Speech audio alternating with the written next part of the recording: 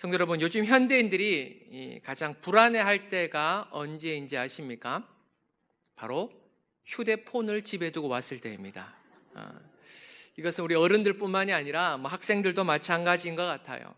왜냐하면 이제는 이 휴대폰 하나로 모든 것을 할 수 있기 때문입니다. 전화, 문자 이런 것들은 기본이고요. 이제는 지갑을 들고 다닐 필요가 없습니다. 왜냐하면 이 카드라든지 신분증이 이 휴대폰 안에 다 넣을 수 있기 때문입니다. 얼마 전 사모가 연세 많으신 권사님을 한 분 배웠는데, 권사님께서 휴대폰으로 송금을 하시더라는 거예요. 휴대폰을 탁 펴서 송금하시면서 요즘 세상 진짜 편해졌다고 말씀하셨다고 그 얘기를 전해 들었습니다. 요즘 사람들은 그래서인지 지갑을 잘 들고 다니지 않으시는 것 같아요. 더 놀라운 것은 휴대폰에 차 키도 넣을 수 있다고 합니다. 우리 성도들 알고 계십니까? 그래서 휴대폰을 들고 차에 가까이 가면요, 차 문이 열리고요, 시동도 걸린다고 해요. 그래서 차 키도 들고 다닐 필요 없는 그런 시대가 되었다는 것입니다. 그뿐만이 아닙니다. 이제는 휴대폰으로 모든 업무를 볼 수 있게 되었어요. 메일도 확인할 수 있고요, 문서도 확인하고 주식도 확인하고 유튜브도 보고 성경도 보고 찬송도 들을 수 있는, 이제는 휴대폰으로 모든 것을 할 수 있는 그런 시대가 되었다는 것입니다. 그러다 보니 어떤 문제가 생겨나게 되었는지 아십니까? 휴대폰에 대한 의존도가 굉장히 높아지게 되었던 거예요. 휴대폰에 대한 의존도가 높아지게 되었다. 이제는 휴대폰이 없으면 아무것도 하지 못하는 거예요. 가족들 전화번호도 생각나지 않아요. 검색해서 전화하다 보니까 이제는 전화번호 외울 일이 없는 거예요. 이 휴대폰 잃어버리면, 안 가져 나오면 아무것도 할 수 없는 시대가 되어버렸다는 것입니다. 그런데 어떻게 됩니까? 휴대폰을 가지고 오지 않으면 불안해지기 시작하는 거예요. 불안해지기 시작해요. 그런데 휴대폰을 가지고 있어도 불안해질 때가 있습니다. 그때가 언제인지 아십니까? 배터리가 점점 줄고 있을 때. 10% 정도 남으면 그때부터 불안해지기 시작하는 거예요. 어디 충전해야 되는데 휴대폰 충전기 어디 없냐고 물어보면서 콘센트를 찾아다니는 거예요. 그때부터. 왜냐하면 아무리 편리하고 유용한 휴대폰이라 할지라도 배터리가 방전되면 아무짝에도 쓸모없는 물건이 되기 때문입니다. 요즘 전기차도 많이 팔리고 있죠. 전기차건 휴대폰이건 배터리가 방전되면 아무 소용이 없다라는 것입니다. 그런데 이것은 우리의 신앙생활도 동일한 것 같습니다. 우리가 이 신앙의 여정을 믿음으로 가기 위해서는 우리의 영적인 배터리가 가득 차 있어야만 한다라는 거예요. 영적인 배터리가 충만해야 하는 거예요. 그런데 이 영적인 배터리가 방전이 되면 어떻게 됩니까? 영적인 침체를 경험하게 되더라는 것입니다. 모든 것을 내려놓게 되는 거예요. 왜냐하면 그 일을 감당할 능력이 없기 때문입니다. 이것은 사역을 감당할 체력이 되지 않는다는 의미가 아니에요. 영적인 동력을 잃어버리니 그 사역을 감당해내지를 못하는 것입니다. 그러면 어떻게 됩니까? 처음에는 교회를 떠나가게 되고 나중에는 신앙까지도 버리게 되더라는 것입니다. 성도 여러분, 초기 한국교회의 특징이 무엇이냐면 열심을 굉장히 강조했다라는 거예요. 열심히 있어야 한다는 거예요. 그래서 열심으로 전도도 하고 열심으로 봉사도 하고 교회를 섬겨야만 한다라는 생각이 초기 한국교회 성도들에게 가득 차 있었다라는 것입니다. 그런 열심으로 인해 한국교회가 성장하게 되었다고 저는 생각합니다. 그런데 그때에는 열심만 있었던 게 아니에요. 바로 은혜도 함께 있었던 것입니다. 성령의 은혜가 성도들의 가슴을 뛰게 하니 성도들이 가만히 있을 수가 없는 거예요. 그 은혜가 열심으로 드러나게 되었던 것입니다. 전도로 드러나며 봉사로 드러나며 교회를 섬기는 것으로 드러나게 되었다는 것이죠. 그런데 시간이 흐르면서 한국교회는 무엇만 남게 되었는가? 열심만 남게 된 것 같다는 생각이 들어요. 그러나 성경은 분명하게 말씀하고 있습니다. 우리의 신앙의 여정은 열심으로만 걸어갈 수 있는 게 아니라는 거예요. 하나님께서 우리에게 맡겨진 사역이라는 것은 열심으로만 감당할 수 있는 게 아니라는 것입니다. 결국 우리가 신앙의 여정을 믿음으로 걸어가기 위해서는 하나님께서 우리에게 맡겨주신 그 사명을 중도 포기하지 않고 끝까지 믿음으로 감당하기 위해서는 영적인 동력이 필요하다는 거예요. 그 일을 감당할 수 있는 영적인 에너지가 필요하다는 것입니다. 성도 여러분, 우리가 묵상하고자 하는 이 사도행전의 핵심은 열심으로 복음을 전하라 이것이 아니에요. 열심으로 주를 섬겨라는 것도 아닙니다. 그렇다면 사도행전의 핵심이 무엇인지를 오늘 본문을 통해 한번 살펴보도록 하겠습니다. 성도 여러분, 이 사도행전의 저자가 누구였는가 하면 바로 의사였던 누가였습니다. 누가. 그런데 누가는 사도행전만을 기록했던 것이 아닙니다. 그가 이전에 기록했던 성경 이름이 무엇입니까? 누가복음이죠. 누가복음. 그래서 1절을 보시면 이렇게 말씀하고 있어요. 1절을 다 함께 한번 읽어보도록 합니다. 시작. 데오빌러여, 내가 먼저 쓴 글에는 물은 예수께서 행하시며 가르치시기를 시작하신부터. 아멘. 여기서 누가는 먼저 쓴 글에 대해서 이야기를 하고 있는데 그가 먼저 쓴 글이 바로 누가복음이라는 것입니다. 그래서 어떤 학자들은 이 누가복음과 사도행전을 한 권의 책으로 이해하기도 합니다. 누가복음을 상권으로, 사도행전을 하권으로 보고 있는 거예요. 그렇다면 누가복음과 사도행전에서 강조하고 있는 각각의 메시지는 무엇일까요? 누가복음에서의 핵심적인 메시지는 사도행전 1장 1절과 2절에 기록되어 있습니다. 그 내용이 무엇이냐면 예수님의 사역에 대한 내용을 누가복음에서는 강조하고 있었다는 것입니다. 이 땅에서 하나님의 말씀을 삶으로 살아내셨던 그 예수님에 대한 사역의 내용을 누가복음에서는 언급하고 있었던 것입니다. 그렇다면 이어지는 사도행전의 메시지는 무엇입니까? 그것은 예수님의 사역을 계속해서 감당해 나가는 사도들의 사역에 대한 내용을 담고 있다는 거예요. 사도들의 이야기. 누가복음은 예수님에 대한 메시지라면 사도행전은 그 예수님의 사역을 끝까지 이어가던 사도들에 대한 이야기라는 것입니다. 그런데 4절을 보시면 부활하신 예수님께서는 그의 제자들에게 이렇게 말씀하셨어요. 4절 말씀을 함께 읽어보도록 합니다. 시작. 사도와 함께 모이사 그들에게 분부하여 이르시되 예루살렘을 떠나지 말고 내게서 들은 바 아버지께서 약속하신 것을 기다리라. 아멘. 부활하신 예수님께서는 제자들을 향해서 이렇게 말씀하셨습니다. 너희는 예루살렘을 떠나지 말고 아버지께서 약속하신 것을 기다리라고 말씀하셨던 거예요. 제자들을 향해 예수님께서 너희는 지금 당장 이 세상으로 나가서 복음을 전하면서 그리스도의 증인된 삶을 살아가라 이렇게 외치셨던 것이 아니었습니다. 오히려 어떻게 말씀하십니까? 너희는 예루살렘을 떠나지 말고 예루살렘에 모여서 아버지께서 약속한 것을 기다리라고 말씀하셨던 거예요. 성도 여러분, 복음에는 특징이 하나가 있는데 그 특징은 바로 긴급성입니다. 긴급성. 왜냐하면 지금은 종말의 때이기 때문입니다. 그래서 이 복음이라는 것은 우리의 삶에 있어서 최고의 우선순위가 되어야만 한다라는 거예요. 그래서 복음 전하는 일은 어떠한 일보다도 미룰 수 없는 절대적인 가치를 가지고 있는 일이라는 것입니다. 그래서 굉장히 중요하고 긴급한 일이 바로 복음을 전하는 일이라는 거예요. 그런데 지금 예수님께서는 이 제자들을 향해서 무엇이라고 말씀하고 있습니까? 너희는 지금 당장 세상으로 나가서 이 복음, 그리스도의 증인된 삶, 그리스도의 부활을 전하라 이렇게 말씀하신 것이 아니라 오히려 예루살렘에서 기다리라고 말씀하고 계신 거예요. 기다리라. 그 이유가 무엇입니까? 그리스도의 증인된 삶은 어떠한 삶보다도 중요하고 긴급한 일임에도 불구하고 왜 예수님께서는 그의 제자들에게 예루살렘에 머물러 기다리라고 말씀하셨을까요? 그 이유는 바로 아직까지 제자들에게는 예수님께서 주신 사명을 감당할 능력이 없었기 때문이었어요.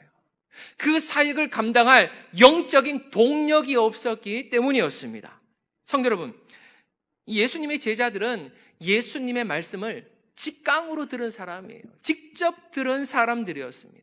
지금 여러분들은 이 하나님의 메시지, 예수님의 메시지를 이 성경을 통해서 듣거나 아니면 이 설교자를 통해서 듣고 있죠. 그런데 예수님의 제자들은 제3자를 통해서 그분의 메시지를 들은 것이 아니라 그분의 메시지를 직접 들은 사람들이었어요. 그들의 영혼성에는 예수님께서 주신 메시지로 가득 차 있었던 것입니다. 그러나 문제는 무엇입니까? 그 하나님의 말씀, 그 예수님께서 들려주신 메시지를 삶으로 살아갈 능력이 없었다라는 거예요. 머리로는 너무나 많은 것을 알고 있었는데 그 예수님의 말씀을 삶으로 살아갈 동력이 전혀 없었다라는 것입니다. 성도 여러분, 지금 예수님의 제자들은 예수님의 부활을 목격한 자들이었어요. 그들은 두 눈으로 똑똑히 목격했습니다. 예수님께서 십자가에 달려 죽으신 것을 두 눈으로 목격한 사람이었어요. 그런데 그 예수님이 어떻게 되셨어요? 3일 만에 부활하셨던 거예요. 그들은 그 예수님의 죽으심과 부활을 목격한 기적의 사람들이었습니다. 그들은 지금 예수님의 부활로 인해 그 마음이 막 뜨거워졌을 거예요. 지금이라도 당장 막 세상 속으로 나가서 예수님의 증인된 삶을 살고 싶었을 거예요. 그리스도께서 부활하셨습니다. 그분은 십자가에 달려 돌아가셨지만 3일 만에 부활하셨습니다. 그러니까 막 외치고 싶었을 거예요. 그러나 예수님께서는 아니라고 말씀하십니다. 너희는 지금 당장 세상에 나가서 복음을 전하지 말고 이 예루살렘에서 아버지께서 약속한 것을 기다리라고 말씀하시는 거예요. 그 이유가 무엇입니까? 영적인 동력 없이는 결국에는 쓰러지고 넘어져 낙심하여서 결국에는 중도 포기를 할 수밖에 없다는 것을 예수님께서는 알고 계셨기 때문이라는 거예요. 그래서 너희들은 그 사명을 감당하기 이전에 아버지께서 약속한 성령을 기다리라고 말씀하셨던 것입니다. 그런데 6절을 보시면 제자들은 예수님의 말씀을 여전히 이해하지 못하고 있는 모습을 발견하게 됩니다. 여러분 6절 말씀인데요. 6절에 예수님의 제자들이 예수님께 무엇이라고 질문합니까? 다 함께 한번 읽어보도록 합니다. 시작.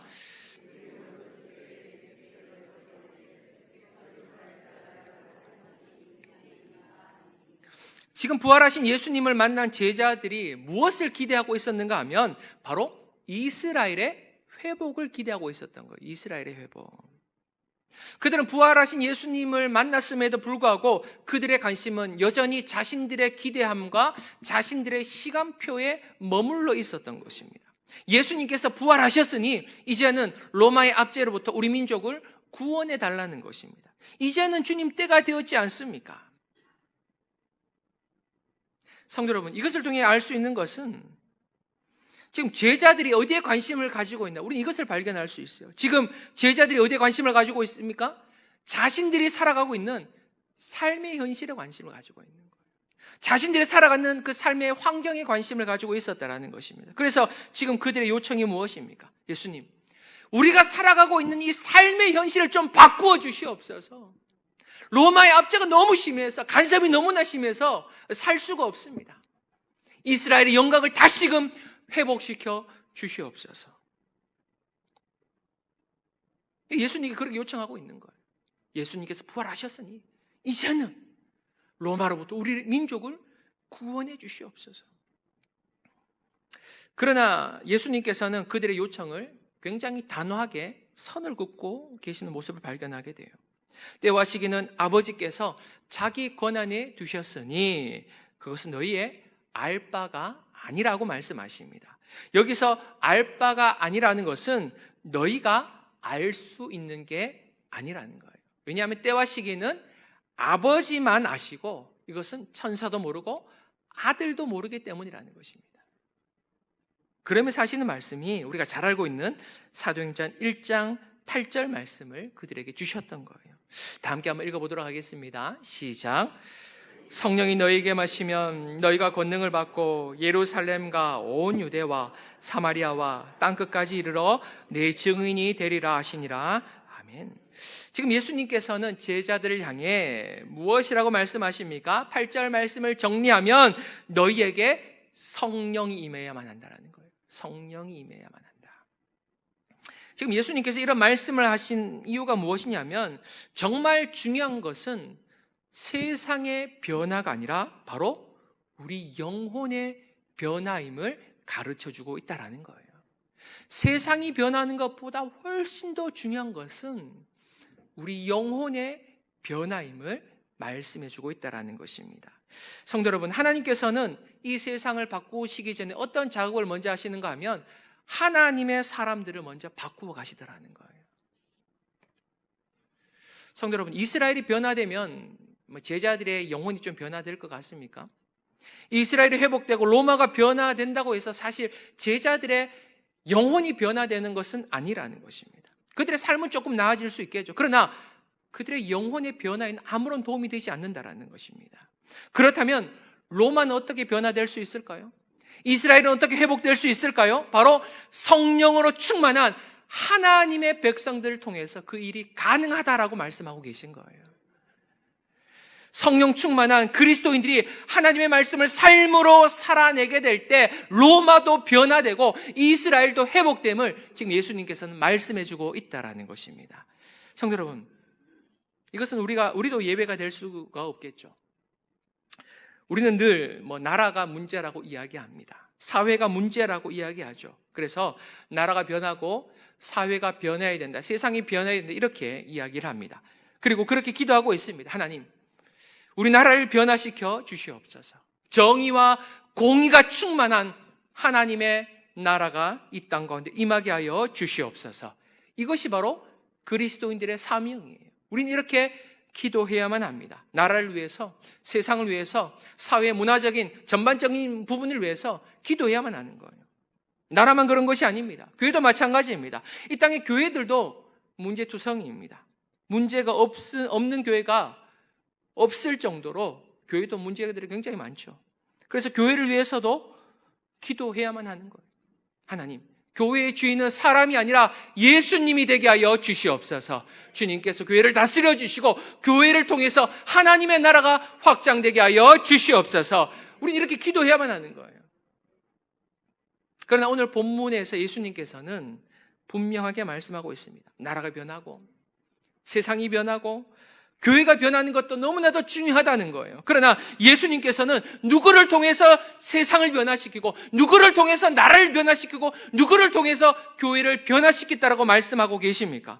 바로 성령으로 충만한 하나님의 사람들을 통해 하나님께서 이 세상을 변화시키고 나라를 변화시키고 우리 교회를 변화시켜 주심을 믿으시기 바랍니다.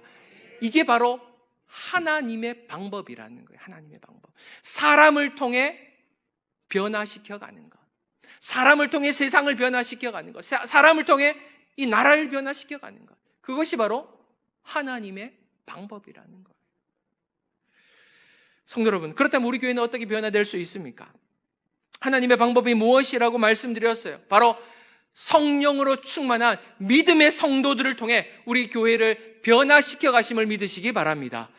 그래서 우리 교회에 성령 충만한 하나님의 백성들이 필요한 거예요. 우리 성광교회 너무 좋은 교회입니다. 하지만 한편으로는 굉장히 부족한 교회입니다. 연약한 교회입니다. 때로는 그 부족함이 우리의 불평으로 드러날 때가 있어요. 하나님, 우리 교회에 사랑이 없습니다. 은혜가 없습니다. 용서가 없습니다. 또한 그 불평이 기도로 변할 때도 있습니다. 하나님, 우리 교회에 사랑을 허락하여 주시옵소서. 은혜를 허락하여 주시옵소서. 그런데 우리가 그 교회의 부족함을 들고 하나님 앞에 기도하게 될 때 하나님께서 무엇이라고 말씀하시는지 아십니까? 내가 그 교회의 부족함을 성령 충만한 너를 통해 변화시켜 가시겠다는 거예요. 하나님께서는 그 교회의 부족함, 우리의 부족함을 성령 충만한 하나님의 백성들을 통해 변화시켜 가시고 역사에 가시겠다라는 것입니다. 사랑하는 성도 여러분, 중요한 것은 세상이 변하고 있는가, 나라가 변하고 있는가, 이것이 아닙니다. 그 이전에 무엇이 중요하다는 것입니까? 바로 내가 변하고 있는가, 내가 성령 충만함으로 살아가고 있는가, 이것이 중요하다라는 거예요. 이 성령 충만이야말로 세상을 변화시키는 사역의 동력이자 하나님의 방법이라는 것을 믿으시기 바랍니다. 우리의 가정이 변하기 위해서 필요한 것은 바로 우리의 성령 충만임을 믿으시기 바랍니다. 여러분, 가정을 위해서 우리가 한 달 동안 기도하자고 말씀드렸잖아요. 그런데 가정이 변화되기 위해서, 자녀들이 변화되기 위해서, 남편이 변화되고 아내가 변화되기 위해서 필요한 것은 물론 기도해야 됩니다. 그러나 기도 이전에 우리가 나 자신이 성령 충만해야 됨을 믿으시기 바랍니다. 내가 성령 충만하면 자녀들이 변화돼요. 내가 성령 충만하면 남편이 변화되고 아내도 변화됨을 믿으시기 바랍니다. 모든 변화의 출발점은 바로 우리의 성령 충만이라는 거예요. 그게 하나님의 방법이라는 것입니다. 그리고 8절 후반부를 보시면 굉장히 중요한 내용을 하나 더 발견할 수가 있는데요. 이런 8절 말씀을 다시 한번 읽도록 하겠습니다. 시작. 오직 성령이 너희에게 마시면 너희가 권능을 받고 예루살렘과 온 유대와 사마리아와 땅끝까지 이르러 내 증인이 되리라 하시니라. 아멘. 너희에게 성령이 임하시면 예루살렘과 온 유대와 사마리아 땅끝까지 이르러 내 증인이 되라 말씀하고 계십니다. 여러분, 이 말씀은 단순히 복음이 지리적으로 확장되어야 한다라는 의미만이 아닙니다. 먼저는 예루살렘의 복음이 전파되고 이에 온 유대와 그리고 사마리아와 온 땅에 하나님의 복음이 흘러가야 한다. 그런 복음의 지리적 확장만을 이야기하는 게 아니라는 거예요. 성도 여러분, 이 말씀의 의미는 먼저 우리의 영혼이 변화되고 우리의 영혼의 지경이 넓혀져야 함을 말씀하고 있다는 거예요. 예수님께서는 먼저 예루살렘에서부터 복음을 전하라고 말씀하십니다. 예루살렘에서부터. 성도 여러분, 우리가 복음을 전할 때 나에 대해서 잘 알고 있는 사람에게 복음을 전하는 게 쉽습니까? 아니면 나에 대해서 전혀 모르는 사람에게 복음을 전하는 게 쉽습니까? 전혀 모르는 사람에게 복음을 전하는 게 더 쉬워요. 왜냐하면 그 사람은 나의 부족함과 연약함을 전혀 모르고 있기 때문입니다. 그런데 반대로 나에 대해서 너무나 잘 알고 있어요. 나의 부족함과 연약함을 잘 알고 있는 사람들에게 복음을 전한다는 거 결코 쉽지 않다라는 거예요. 굉장히 어려운 일입니다. 그래서 그 사람들에게 우리가 복음을 전하고 예수 믿으세요 막 이렇게 복음을 전하게 되면 그 사람들의 속으로 뭐라고 얘기하는 줄 아십니까? 니나 잘 믿어라. 들어보셨어요? 너무나 잘하시는데요. 니 보니까 교회 다닐 맛 안 난다 그러면서 너나 교회 잘 다녀라 이러는 거예요. 왜냐하면 그 사람은 우리의 잘못과 연약함과 부족함을 너무나 잘 알고 있기 때문입니다. 그래서 잘하는 사람에게 복음을 전하는 거 결코 쉽지 않아요. 목회자가 설교할 때 제일 은혜 못 받는 사람이 누군지 아십니까? 사모는 은혜 못 받는다 하더라고요. 왜냐하면 저의 부족함을 너무나 잘 알고 있는 거예요. 집에서 어떻게 행동하는 거 다 알고 있는데 저기서 뻔뻔하게 저렇게 외치고 있으니까 은혜가 안 된다는 거죠. 속으로 그런 생각하고 있는 거 아니에요. 니나 잘 살아. 그래서 여러분, 나를 잘 알고 있는 사람, 나 연약함과 부족함을 잘 알고 있는 사람에게 복음을 전한다는 거 결코 쉽지가 않아요. 하지만 예수님께서는 제자들에게 무엇이라고 말씀하십니까? 너희들은 너희들의 실패와 연약함을 가장 잘 알고 있는 그 예루살렘에 가서 복음을 전하라는 거예요. 여러분, 예루살렘은 그들에게 실패의 장소였어요. 상처의 공간이었습니다. 예수님을 부인했던, 예수님을 모른 척했던 장소가 바로 예루살렘이었던 것입니다. 그리고 그들은 예루살렘에서 사람들의 비난과 조롱을 당해야만 했던 거예요. 너희들은 배신자야. 예수님을 쫓았지만 너희들은 결국 예수님을 다 떠나갔어. 너희들은 실패자야. 그 사람들의 비난과 손가락질을 당해야만 했던 그 장소가 바로 예루살렘이었다라는 거예요. 아마 제자들은 예루살렘에서 복음 전하기 싫었을 거예요. 빨리 좀 다른 지역에 가서 복음을 전하고 싶었을 거예요. 왜? 사람들이 나에 대해서 너무나 잘 알고 있기 때문에. 그런데 예수님께서는 제자들이 분명히 말씀하고 계십니다. 너희들은 예루살렘에 가서 복음을 전해야 한다는 거예요. 왜 그렇게 해야만 합니까? 그래야지만 나의 힘이 아닌, 나의 능력이 아닌 성령의 능력으로 복음 증거의 사명을 감당할 수 있기 때문이라는 것입니다. 나의 부족함과 나의 연약함과 나의 실패를 인정할 때 비로소 성령의 능력과 그분의 은혜로 주의 사명을 감당할 수 있기 때문이라는 거예요.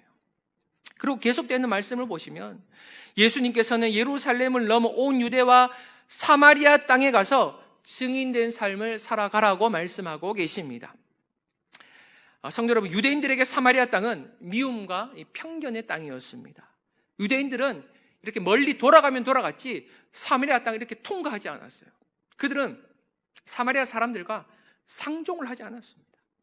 왜냐하면 그들은 이방 민족과의 혼혈로 인해서 이스라엘의 정체성을 잃어버렸다라고 생각하고 있었기 때문이죠. 그래서 유대인들은 사마리아 사람들을 개보다도 못한 사람으로 취급을 했던 것입니다. 그런데 지금 예수님께서 하신 말씀이 무엇입니까? 너희들은 어디를 들어가라고요? 사마리아 땅에 가서 하나님의 복음을 전하라고 말씀하시는 거예요. 네가 가장 싫어하고 미워하고 용서하기 힘든 사람이라 할지라도 그곳에 가서 그리스도의 사랑과 복음으로 그들을 품어주라고 말씀하시는 거예요. 정말 죽기보다 하기 싫은 일이 사마리아 땅에 들어간 일이었어요. 그런데 예수님께서는 제자들 향해서 아니야, 너 사마리아 땅에 들어가서 복음을 전해야 돼라고 말씀하고 계시다라는 것입니다. 어떻게 이것이 가능합니까? 어떻게 원수를 사랑하며 그들을 품어주며 용서해 줄 수가 있습니까? 성도 여러분, 이것은 나의 힘과 노력으로 되는 것이 아니라 성령의 능력으로만 가능함을 믿으시기 바랍니다. 그래서 사마리아 땅에 들어가라는 거예요. 네가 하고 싶은 대로, 네가 할 수 있는 대로만 하는 것이 아니라 네가 도저히 안 될 것 같은 그런 환경에 처해서도 하나님의 복음을 전하며 그 사명을 감당해 내라는 거예요. 나의 힘이 아닌, 나의 능력이 아닌 성령의 능력으로. 그리고 마지막으로 보시면 땅 끝까지 이르러 내 증인이 되라고 말씀하고 있는데, 성도 여러분, 이것은 해외 선교, 단기 선교를 가라는 것이 아닙니다. 태국에 가서 복음을 전하고 일본에 가서 복음을 전하라는 말씀이 아니에요. 이 말씀은 복음을 위해서 우리의 삶의 모든 것을 포기할 수 있어야 함을 의미하는 것입니다. 여러분, 땅 끝으로 간다는 것은 일주일 다녀오고 한 달 다녀오고 그런 의미가 아니에요. 나의 삶의 모든 것을 포기하고 주를 위해, 복음을 위해 살아가는 삶을 의미하는 것입니다. 그렇게 복음을 들고 땅끝까지 가기 위해서는 우리의 모든 것을 포기할 수 있어야만 하는 거예요. 우리의 시간과 물질과 에너지와 청춘까지도 포기할 수 있는 사람만이 복음을 들고 땅끝으로 이동할 수 있다는 것입니다. 이거 참 어려운 일인 것 같아요. 쉽지 않은 일입니다. 그런데 이것이 어떻게 가능합니까? 우리의 노력과 의지가 아닌 성령의 능력으로 가능함을 믿으시기 바랍니다. 성령께서 역사하시면 우리의 삶을 포기할 수 있는 거예요. 하나님의 은혜를 충만히 경험하게 되면 나를 위한 삶이 아닌 복음을 위해 나의 모든 것까지도 포기하는 삶을 살아갈 수 있더라는 것입니다. 사랑하는 성도 여러분, 예수님께서는 그저 우리를 복음의 도구로 사용하시기 위해서 성령으로 충만해야 된다, 이렇게 말씀하시는 것이 아니에요. 우리가 성령으로 충만해야만 하는 이유는 그렇지 않으면 이 신앙의 여정을 끝까지 믿음으로 걸어갈 수 없기 때문입니다. 우리가 성령으로 충만하지 않으면 하나님께서 맡겨주신 사명을 끝까지 감당해낼 수 없기 때문입니다. 여러분, 우리가 올 한 해도 많은 부서에서 우리 성도님이 섬겨주시지 않습니까? 성가대로 섬기시는 분들도 계시고, 식당에 섬겨주시는 분들, 교사로 섬겨주시는 분, 차량 안내로. 아무것도 아닌 것 같지만 사실 여러분, 이 사명을 끝까지 감당하기 위해서는 나의 힘으로는 할 수 없어요. 나의 힘으로 하다 보면 포기하고 싶어져요. 결국 우리가 이 신앙의 여정과 이 사명자의 길을 끝까지 감당하기 위해서 필요한 것이 바로 성령의 충만임을 믿으시기 바랍니다. 그래서 우리는 하나님 나라 가는 그날까지 성령으로 충만해질 수 있어야만 한다는 거예요. 성도 여러분, 하나님의 관심은요, 하나님의 나라 이전에 그분의 백성들입니다. 하나님의 관심은 하나님의 교회 이전에 여러분 자신이라는 것을 믿으시기 바랍니다. 그래서 하나님께서는 세상이 바뀌는 것을 원하시고 교회가 바뀌는 걸 원하시는 것이 아니라 바로 우리가 성령 충만한 사람으로 바꿔가기를 원하신다라는 거예요. 그것이 하나님의 마음입니다. 하나님의 마음.